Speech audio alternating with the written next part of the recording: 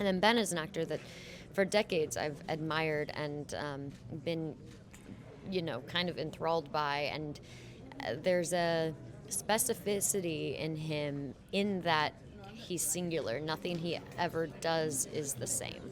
And there's something so wild and free that I just find completely intoxicating about that type of artist and that type of human. My character is actually one of the good guys, one of the few good guys who's trying to sort of uncover what's happened to Alan's character, who's been caught with a bunch of drugs and is being sent to prison. And I'm the good cop in the Detroit PT trying to figure out what's going on. But this being the kind of movie that Motor City is, it doesn't necessarily work out for my character. There's obviously been a lot of talk about the lack of talk, Right. but let's talk about the music. Jack White created it. Obviously, was he kind of your Detroit filter for the entire movie? He was sort of our he was our Detroit kind of curator of things, and he would kind of lean in and tell us what is authentic and what was life like in the 70s in Detroit, and so it's a really integral part in that sense. When you get that script as a bad kid at school, Yeah. I would look at that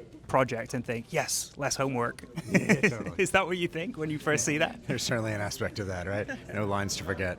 No, it's the most unique script I think I've ever read because it has very, very little dialogue, almost no dialogue, and so it's wall-to-wall visuals and music, and the performances are incredibly alive. In my opinion, you're actually freed to be bigger than you would otherwise because you understand that, like, at the end of the day, people are watching, paying attention to your body language, to your everything behind your eyes, and all of the nuances, but also sort of the operatic quality of a larger-than-life story.